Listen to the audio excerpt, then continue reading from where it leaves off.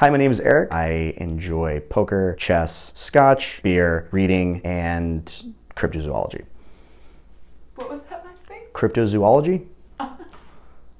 The Loch Ness Monster, Bigfoot, stuff like that. So my father's originally from Switzerland. He gets those Ancestry.com flyers where it's like, find out which ancestor won the Mayflower. And he's like, no, I didn't go on the Mayflower, I flew. He loves America. He's always told me through hard work and effort and not cutting corners, you can make something out of yourself. It has given me more of a heart for a lot of the things he had to overcome, because whenever he first came over here, there was a lot of xenophobia because you speak with a Germanic accent. This is still during the time of the Soviet Union. For me especially, I recognize that anybody who comes over here, regardless of where you're from, there is a lot to deal with in terms of adjusting being an immigrant here. I understand it takes a lot. Aristotle was like a patron saint of my household. As Aristotle said, the mark of an educated man is the ability to entertain an idea without embracing it. I have friends who are anarcho-communists and friends who are anarcho-capitalists. So I like to hear differing ideas. As Mark Twain also said, I'm full of quotes tonight, travel is the antidote to prejudice. Ideas are a lot like going to a different place and seeing like new people. You know, you consider something outside of you. If I do not engage, if I do not hear you out,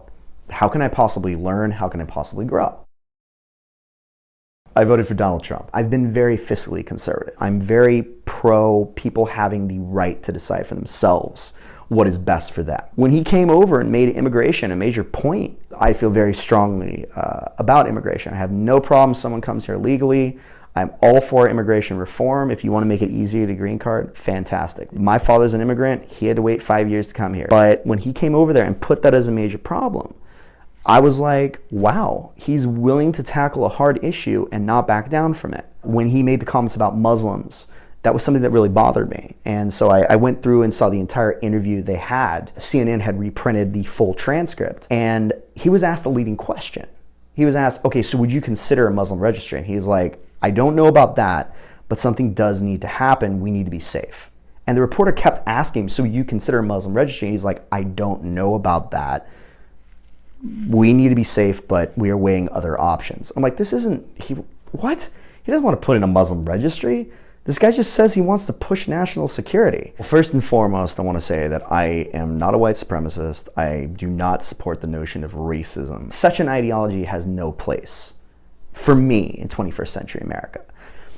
If Trump starts deporting people who are United States citizens, if he starts rounding people up into concentration camps, you bet your behind I will be out there protesting, because that is not what I voted for. You do not judge somebody by the color of their skin. You judge them by the content of their character. So I do not believe that those fringe lunatics on the alt-right that want to celebrate white supremacy have any place in the MAGA movement. I want unity. I'm tired of the divide. And I know that we are more polarized now than ever, which is unfortunate. I'm just going to go ahead and say that as an individual, I want to work in the capacity that I have with my own two hands to work more towards unity. And I hope that other people would reach across the aisle. It doesn't matter if you're a liberal or you're conservative, that we can move together and bridge that divide as a nation.